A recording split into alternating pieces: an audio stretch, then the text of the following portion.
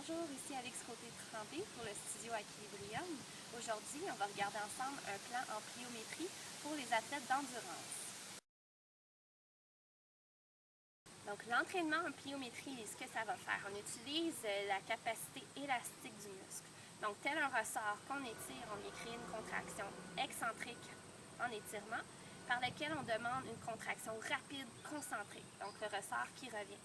Et ce type d'entraînement-là va développer ce qu'on appelle les fibres neuromusculaires rapides, les fast twitch, qui peuvent être très intéressants lorsqu'on veut, en tant qu'athlète endurance, lorsqu'on veut escalader une côte ou lorsqu'on veut avoir une accélération stratégique dans une course. Également, l'entraînement en pliométrie, ça vient renforcer les muscles, les tendons, les ligaments. Et ça travaille sur l'économie d'énergie, avoir une plus belle foulée pour les coureurs et également sur la flexibilité dynamique ou fonctionnelle. Donc, il est bien important de faire une phase préparatoire avant de faire un entraînement en pliométrie. Donc, idéalement, on veut au moins 4 à 6 semaines d'entraînement en musculation.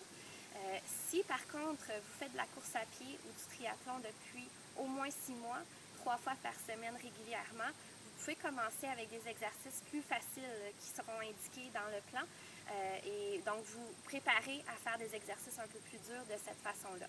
Également, au niveau des précautions, on demande 48 heures entre 2 entraînements en pliométrie. Donc, habituellement, on va faire 1 à 2 fois semaine avec au moins un 48 heures, donc 2 jours entre les 2 entraînements. Également, privilégier une surface molle, surtout pour les débutants. Donc, une piste d'athlétisme, le gazon, le sable, aux surfaces un peu plus dures comme le ciment. Et ensuite, si vous avez une course de triathlon ou course à pied, ne pas faire de pliométrie 7 jours avant une course de 5 à 10 kg ou triathlon sprint olympique. Et 10 jours, pas d'entraînement pliométrie avant un marathon, un demi-marathon ou un triathlon longue distance et Ironman. Donc, pour l'entraînement en pliométrie, on parle de phase 1, la première phase d'entraînement. C'est un plan que vous allez faire sur une période de 4 semaines. 3 à 4 exercices dans la liste que je vais vous montrer. Donc, on choisit 3 à 4 exercices qu'on fera 2 à 3 séries de 6 à 8 répétitions pour environ 50 à 80 contacts au sol. C'est la manière qu'on calcule en pliométrie. La phase 2, donc après le premier 4 semaines, phase 2, un autre 4 semaines, on choisit 4 à 5 exercices qu'on va faire pour 2 à 3 séries de 10 à 12, ce qui équivaut à peu près à 80 à 180 contacts au sol. Donc un petit peu plus, vous voyez, c'est de la façon qu'on progresse. Et entre chaque exercice, chaque série, 1 minute à 1 minute 30 de repos.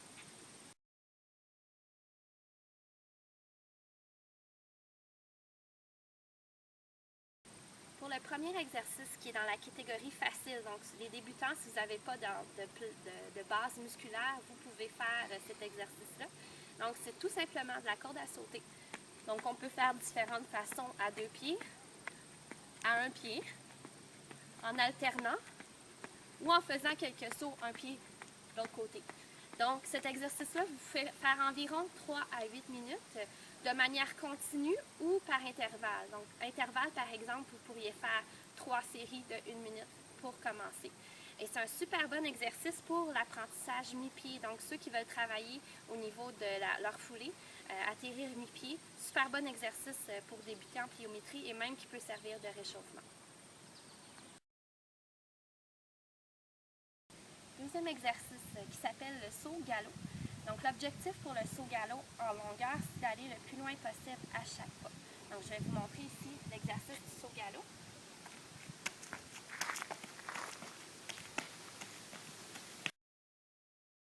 Donc, exercice suivant, le saut pogo à 2 pieds avant.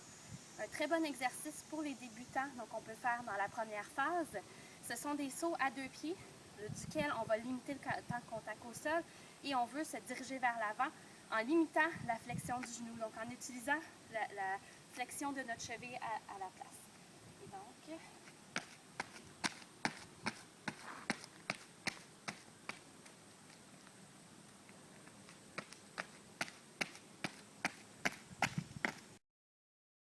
le power skip. Donc c'est un exercice qui est un petit peu plus difficile, donc on peut faire dans phase 2. C'est un exercice, à chaque contact au sol, même chose, on veut la plus grande distance couverte avant, donc vers l'avant, en limitant le déplacement vertical. Donc je vais vous montrer, je vais commencer avec un petit peu de jogging et ensuite j'y vais avec l'exercice.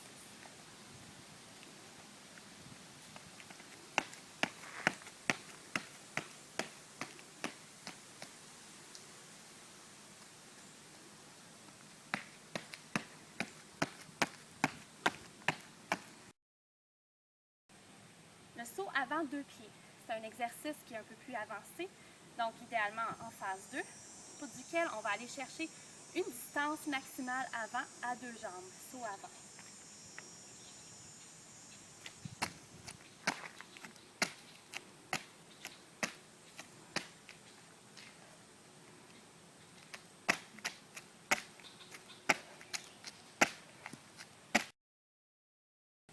Donc, exercice de la fente sautée. Ce qu'on va faire, on va se placer en position fente et en restant du même côté comme ça, ici, on va venir sauter le plus haut possible. Donc, fente. Et n'oubliez pas qu'on ferait les deux côtés, donc de chaque côté.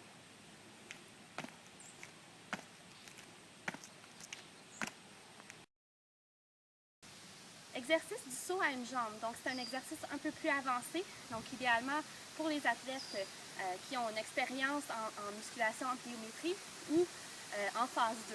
Donc, je vais vous montrer l'exercice. N'oubliez pas de faire chaque jambe.